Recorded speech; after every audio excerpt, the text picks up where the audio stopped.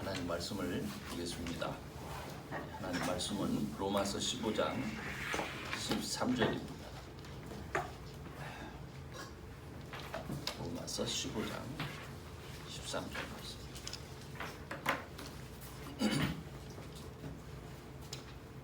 다 찾으시길 바라고 앞에 있는 오늘은 한 구절입니다.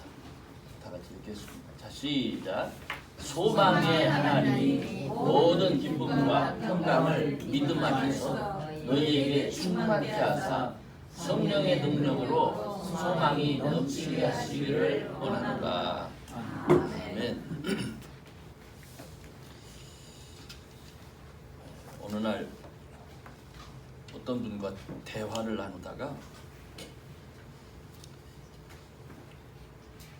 그 유대인 하면은 세상 모든 사람들이 유대인은 어떤 사람이라고 말을 한다는 거예요.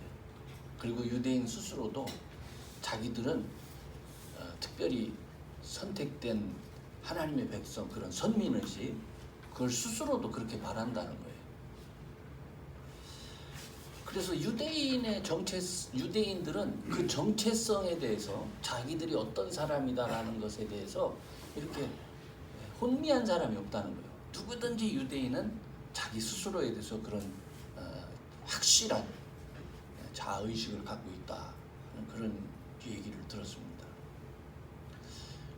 사실은 우리 그리스도인들은 유대인들만큼이나 특별한 사람들,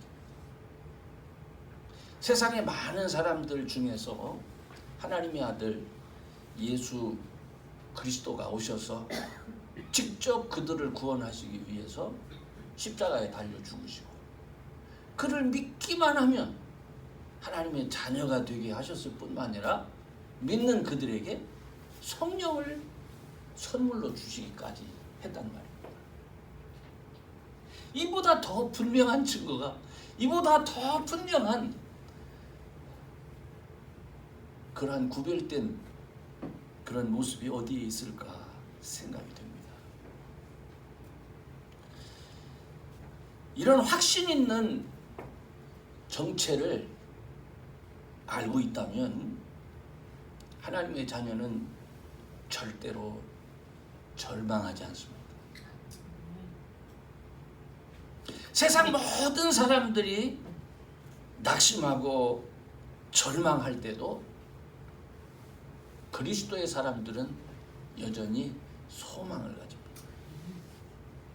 왜냐하면 세상 모든 사람들과 함께 경험하고 있는 그 절망의 때가 나를 구원하시는 하나님을 경험하는, 지금도 나를 구원하시기 위해서 일하시는 하나님을 경험하는 좋은 기회로 확신하기 때문에 그렇습니다. 저는 오늘 소망 가운데 사는 성령의 사람이라 하는 제목으로 말씀을 나누려고 합니다. 역사하시는 성령 하나님 때문에 우리가 때로 많은 어려움이 우리 앞에 놓여지지만, 그러나 그 성령 하나님께서 오히려 그 상황을 기쁨과 평강으로 채워주실 것이라는 그런 믿음이 있기 때문에 그렇습니다. 그리고 그 기쁨과 평강의 채워짐은 바로 나와 내 이웃들에게, 주를 알지 못하는 세상 사람들에게 하나님의 살아계신 증거를 보여주는 그런 좋은 기회가 될 줄로 믿습니다. 오늘 본문의 배경은 여러분이 잘 아는 것처럼 로마 교인들입니다. 바울이 이 말씀을 할 때 로마에 살던 그 그리스도인들은 아마도 네로 황제의 시대에 살았던 것 같아요. 그 네로 황제의 기독교인에 대한 핍박은요, 정말 두렵고 절망적이었습니다. 바울은 그런 교인들에게 그런 상황에서 믿음의 사명을 잃지 않도록 격려하고 있는 겁니다. 절망의 때에도 일하시고 구원하시는 하나님, 바로 그분을 신뢰하라는 얘기지요. 사실 때로 저와 여러분도 절망적인 환경에 부딪히고 낙심할 때가 얼마나 많습니까? 저도 뭐 짧지 않은 그런 삶을 살면서 너무나 힘들고 절망적이라 운 적이 있어요. 이 다 큰 청년이 말이에요. 또 다 큰 장년이 참 너무 힘들어서 운다는 건 좀 비참하더라고요. 좀 부끄럽기도 하고. 남 앞에서는 울 수 없는 거예요. 그래서 혼자서.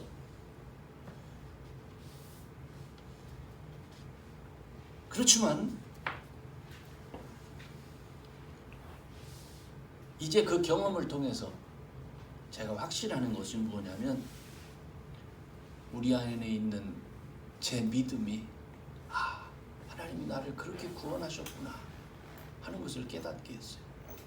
그래서 지금은 좀 낭망스러운 그런 환경을 만날 때에 하나님이 일하실 것이라고 하는 믿음이 저에겐 있습니다. 여러분 한번 생각해 보세요.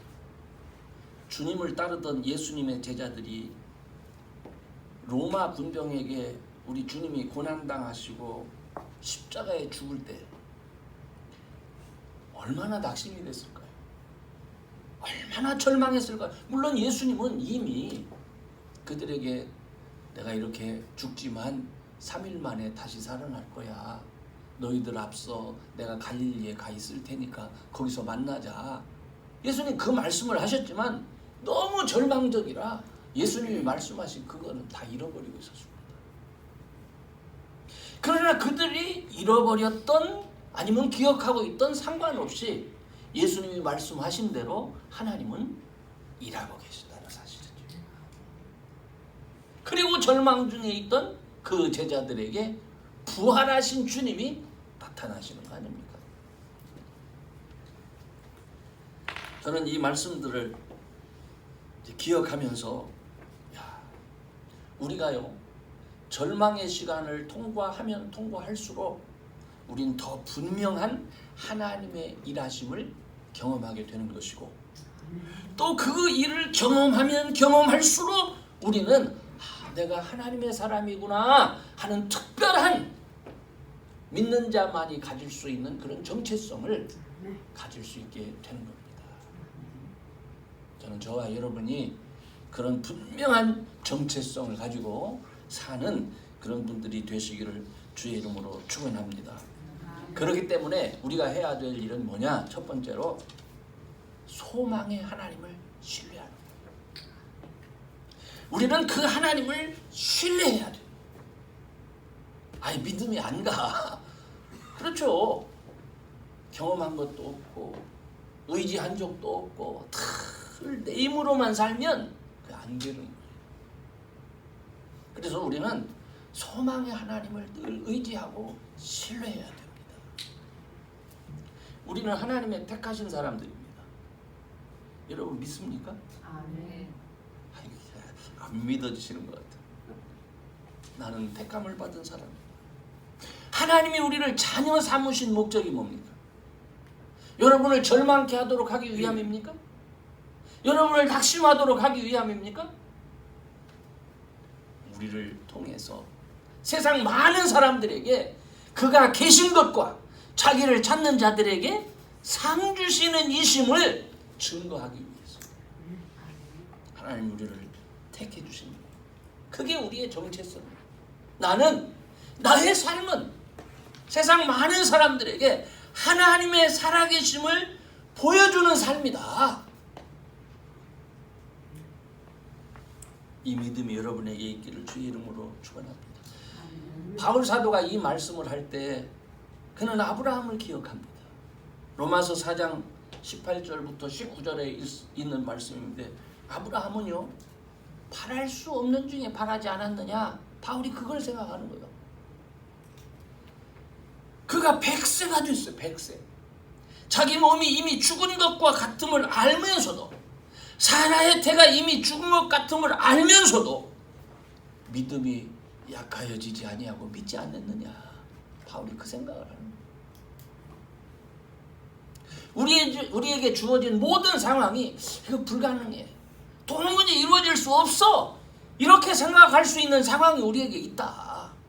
그러나 그럼에도 불구하고 우리는 어떻게 해야 된다고요? 우리 속에서 역사하셔서 우리를 구원하시는 그 하나님께 소망을 두고 살아야 된다는 얘기죠.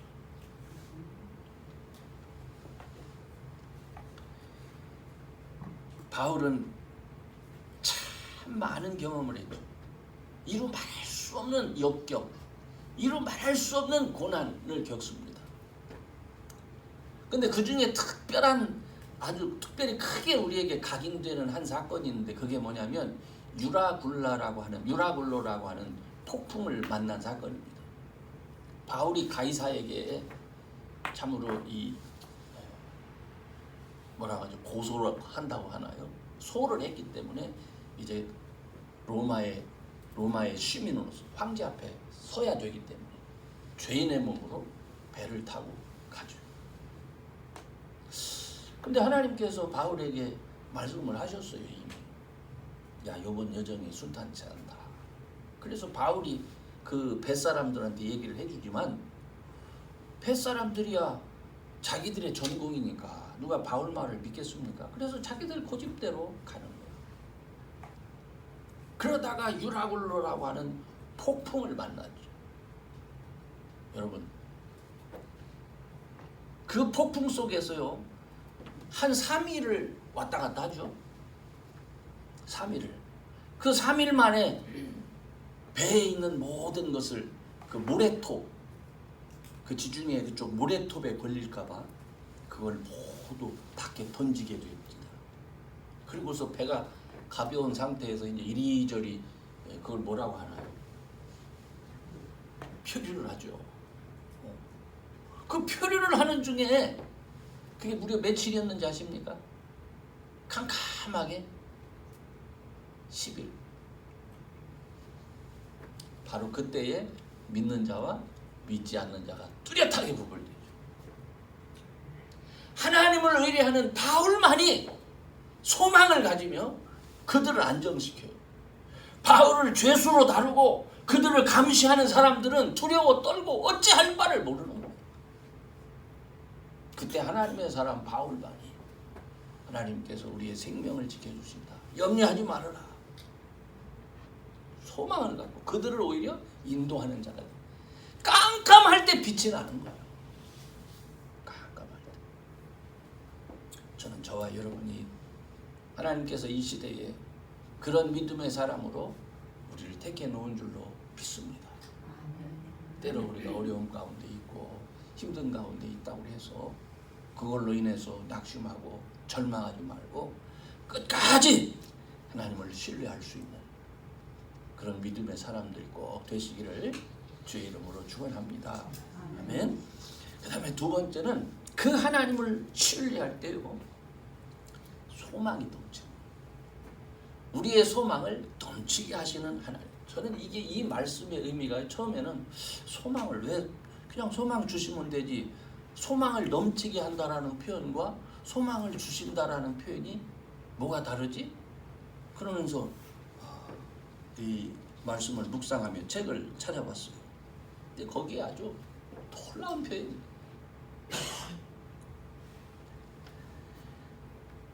여러분 교회 안에는요 이 로마서에도 바울이 그렇게 했지만 교회 안에는 강한 자와 약한 자가 있어요. 그죠? 어떤 사람은 믿음이 강하고 어떤 사람은 믿음이 약하고 그런데 믿음이 강한 사람과 믿음이 약한 사람이 이렇게 같이 있을 때 교회가 어떻습니까? 소망이 있는 사람은 기뻐할 수 있지만 믿음이 강한 사람은 믿음이 없는 사람은 어떨까요? 여전히 불안한 거예요. 그러니까 그 교회가 어때요? 온전히 주님의 몸으로서의 역할을 할 수가 없는 거예요. 그러니까 하나님께서 우리 믿는 모든 자에게 하나님의 교회에 속한 모든 지체들에게 소망이 넘치게 부어지면 강한 자와 약한 자의 차별이 없는 거예요. 믿음이 강한 자가 있을 수가 있고 믿음이 약한 자가 있을 수는 있어요. 그러나 소망조차도 강한 자가 있고 약한 자가 있을 수는 없어요.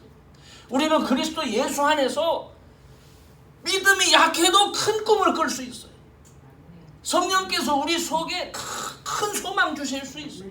그래서 사도 바울은 정말로 우리 하나님께서 성령 하나님의 역사로 소망이 넘치기를 원한다. 우리 속에 차별 없게 이 말씀을 하세요.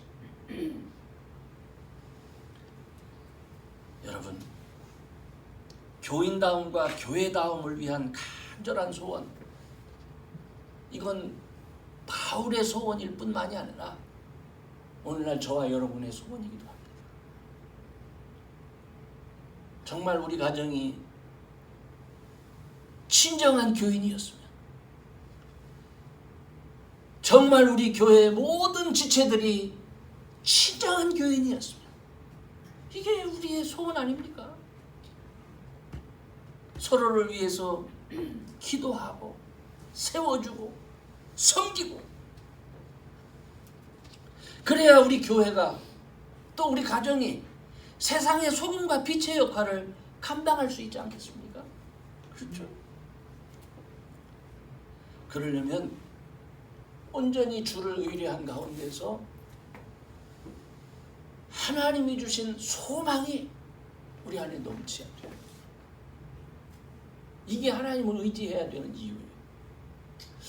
우리 믿는 사람이요, 잘 모르는 게 있어요. 내가 교회를 열심히 다니면 내가 변할 거라고 생각해요.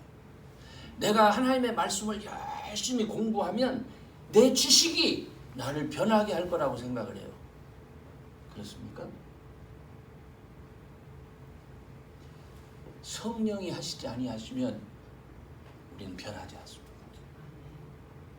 그래서 믿음이 필요합니다. 그래서 주를 의뢰하는 게 필요합니다. 내 안에 계신 성령이 나를 변화시켜야 돼요. 내 안에 계신 성령이 그 소망을 풍성케 해야 내가 풍성해질 수 있는 거예요. 그래서 주를 의지해야 돼요. 그래야 소망이 넘치는 거예요. 세상 살아가면 얼마나 낙심된 그러한 상황이 많습니까? 여러분, 우리가 창세기서부터 쭉 읽어 나오면 구약의 역사는 그 어려운 상황에서 우리 주님께서 어떻게 일하셨는가를 기록한 역사 아닙니까? 하나님의 백성을 어떻게 구원하셨는가를 기록한 역사 아닙니까? 전 그 중에서 요셉이라고 하는 사람 생각해봐. 야곱의 11째 아들 요셉. 얼마나 기가 막힌 삶을 삽니까? 그죠? 팔려가서 총살이를 하면서. 그러나 성경에서 그 요셉을 표현할 때 그가 누구를 두려워해요? 하나님을 두려워해요. 하나님을 경외합니다. 이게 굉장히 중요해요. 또 사무엘의 어머니 한나는 어떻습니까? 분인나와 한나 사이에서, 그죠? 자식이 없어서 괴로워하고 울부짖고 호소하는 그 여인에게 하나님께서 그렇게 축복하시고, 그죠? 이스라엘이라고 하는 나라를 세울 수 있는 그 기초를 닦는 사무엘을 주실지 누가 기대나 했겠습니까? 그런 거예요. 룻은 또 어떻습니까? 룻. 누가 룻이라고 하는 여인에게서, 그렇잖아요. 다윗이 그에게서 나올 줄 어떻게 알았겠어요? 그 절망적인 환경. 야, 더 이상 나를 나옴이라고 부르지 마. 차라리 말하라고. 너무 고통스러운 거죠. 그러나 하나님의 구원하시면 어땠습니까? 넘치게 하신다. 저와 여러분은 우리 주님을 신뢰하는 가운데서 넘치게 하심이 경험돼야 됩니다. 그래서 강한 자와 약한 자가 구별되지 않을 정도의 소망이 온 교회를 기쁨과 평강 가운데로 인도하는 거예요. 이걸 기도하시기 바랍니다. 누구는 잘 되고 누구는 적고, 아니, 하나님은 넘치게 해주시는 분이에요. 넘치게. 하나님을 신뢰하는 가운데 성령께서 우리 안에 주시는 그 소망이 넘치기를 주의 이름으로 축원합니다. 세 번째는 다시 한번 말씀드리지만은 우리가 지난번부터 성령에 대해서 여러분에게 늘 얘기해요. 성령은 내 의지와 상관없이 일하시는 분이에요. 내 의지와 상관없이. 그래서 이 성령이 일하게 하시는 것은요, 달리는 방법이 없어요. 성령은 어떻게 일하실까요? 내 기도 속에서 일해요. 내 간구 속에서 일해요. 성령은 나와 상관없이 하나님의 때에 일하시는 분이에요. 아니 내가 지금까지도 살아왔는데 야 여태까지 어렵기만 해서 그것과 상관없어요. 그것과 상관없어요. 하나님은 당신의 때에 당신의 방법으로 우리를 사용하시고 우리를 세우시고 우리에게 열매를 맺게 하시는 분입니다. 오늘 처음에도 얘기했지만 바울이 이런 말씀을 하는 것은요, 자기가 경험하지 않으면 이건 불가능한 거예요. 일하시는 하나님을 자기의 삶 속에서 늘 경험했기 때문에 바울은 많은 믿음의 사람들에게 성령의 능력 안에서 큰 소망이 주어지기를 지금 소원합니다. 그런데 다시 성령의 능력 안에서 주어지기를 소망하는 거기 때문에 이거는 바울이 할 수 있는 게 아니잖아요. 그래서 부탁하는 거예요. 하나님 의지하라는 거예요. 너희들 모든 게 하나님께 달려있다. 하나님께. 사람들은 지 자랑을 한다. 지가 잘났다고 얘기를 한다. 그러나 나는 내 삶을 돌아보면 내가 자랑할 건 하나도 없어. 그가 고린도 교인들한테 얘기한 자랑이 고린도후서 11장 23절부터 우리가 이렇게 보면은 세상 사람들이 자랑하니까 나도 그들 스타일대로 나도 한번 자랑할게. 그런데 내가 자랑할 것은 그 사람들이 자랑하는 그런 자랑은 없어. 자기가 자랑하는 건 어떤 겁니까? 하나님께서 나를 사용해서 이방인들을 그리스도께로 순종케 하기 위해서 내 말과 내 일에 하나님이 어떻게 역사하셨는지 내가 말할 것은 그거밖에 없다는 거예요. 기가 막히네. 그러면서 얘기를 하는데 나는 옥에 갇히기도 하고 뭐 다른 어떤 사람들 얘기하는데 나는 더 많이 갇히고 매도 수도 없이 맞고 40에 감한 매 39대씩을 5번이나 맞고 태장을 3번이나 맞고 하나하나 얘기를 하는데요, 우리 같으면 그 하나하나가 그냥 절망입니다. 그 하나하나가 절망이에요.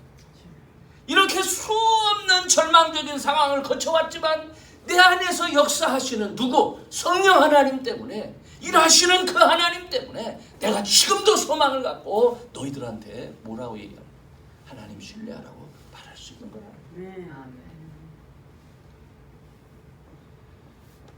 사랑하는 여러분, 저와 여러분의 삶 속에 이 성령의 능력이 꼭 경험될 수 있기를 바랍니다. 이제 결론적으로 말씀을 드립니다. 사실 우리 주님께서 우리들에게 성령 하나님을 약속하신 이유가 뭡니까? 세상 사는 게 만만치 않아서 그런 거예요. 세상 사는 게, 야 이제 봤지? 내 이제 갈 테니까 너희들 나 믿고 있다가 그리고 나 올 때 그때 보자. 예수님이 그렇게 말씀하지 않았어요. 나를 대신해서 내가 가는 게 너희들한테 더 좋아. 나를 대신해서 내가 아버지께 구해서 성령 하나님 너희들한테 보내줄 거야. 부회사 성령, 그죠? 우리의 싸움이 혈과 육에 대한 마귀가 운 사자같이 두루다니며 삼킬 자를 찾는다 이런 말씀이 아니더라도 저는 제가 살아보니까 제 인생이 그렇게 만만치 않더라고요. 이게 만만치 않아요. 결코 쉽지 않은 이런 경험들이 믿음의 중요성을 깨닫게 해요. 세상 사람들은 돈을 소망이라고 말합니다. 세상 사람들은 건강을 소망이라고 말합니다. 그렇지만 세상을 살면 살수록 하나님의 자녀가 가질 수 있는 진정한 소망, 그건 구원에 대한 확신입니다. 그 확신 있는 믿음을 가지고 순종하며 사는 자에게 찾아오는 성령의 능력입니다.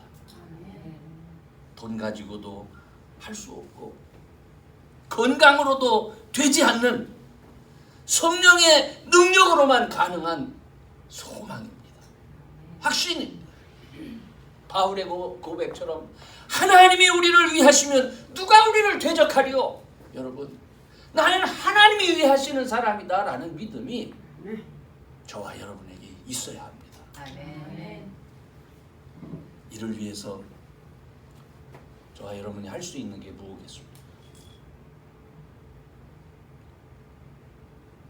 나는 여전히 소망이 없어요. 내 마음에 기쁨과 평안이 없어요. 바울이 자랑하며 소개하는 성령의 나타남도 경험되지 않아요. 그렇다면 우리 믿는 자가 해야 될 바가 뭡니까? 그런 상황에서 기도밖에 없는, 기도밖에 없어요.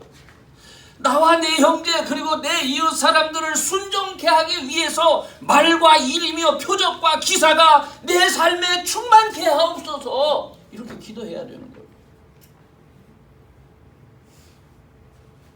내가 살면서 내가 말하는 거, 내가 일하는 거 뭐 우습게 알고 표적과 기사도 없어서 나 우습게 알도록 그냥 그렇게 살다가 갈게요, 이게 아니란 말이에요. 우리 그리스도인들은 우리의 정체성은 성령의 능력이 우리와 함께 하시며 우리에게 나타난 일들을 통해서 주변에 주를 알지 못하는 사람들에게 예수가 그리스도다, 예수가 구원자시다, 이것을 증거할 수 있도록 하기 위해서 하나님이 저와 여러분을 택해 주셨다는 사실입니다. 그러므로 저와 여러분은 기도해야 돼요. 그냥 적당히 기도하려고 하지 마시고 누가복음 11장 8절의 말씀처럼 비록 벗됨을 인해서는 일어나 주지 아니할지라도 그 강청함을 인하여 일어나 그 소용대로 주리라, 이 말씀 아시죠? 친구, 귀찮아, 내 체면 좀 차리게 해줘라. 벗됨을 인해서는 안 일어나 준다. 못 살게 강청함을 인할 때, 강청할 때는 일어나 주지 않겠느냐. 너희들 그렇게 기도하라는 거예요. 예수님이 하신 말씀이에요. 이 말씀을 기억하면서 늘 성령의 나타남과 그 능력의 역사 속에서 기쁨과 평안으로 채워질 그 소망으로 여러분 충만케 되시기를 주의 이름으로 축원합니다. 기도합시다. 전능하신 하나님, 오늘도 귀한 말씀으로 저희들을 권면해 주시니 감사합니다. 하나님의 자녀로서의 분명한 정체성을 가지고 성령의 능력 안에서 살아가야 될 저희가 때로는 세상에 붙잡혀서 하나님 힘쓰지 못하고 그저 절망 가운데, 낙심 가운데 던져질 때는 얼마나 많은지 모릅니다. 주님, 우리에게 더 큰 믿음 허락하시고 주님을 온전히 신뢰할 수 있는 자들이 되게 해 주옵소서. 성령의 나타남과 그 능력을 기대하며 기도하는 자들이 되게 하여 주옵소서. 그래서 소망의 하나님께서 우리에게 늘 허락하시는 그 기쁨과 평안으로 우리의 삶이 다스려지게 하시고 그 모습을 통해서 우리의 삶이 세상 많은 사람들에게 하나님의 살아계심이 증거되는 기회가 되게 해 주옵소서. 우리를 붙들어 주심을 감사하며 예수님의 이름으로 기도하옵나이다.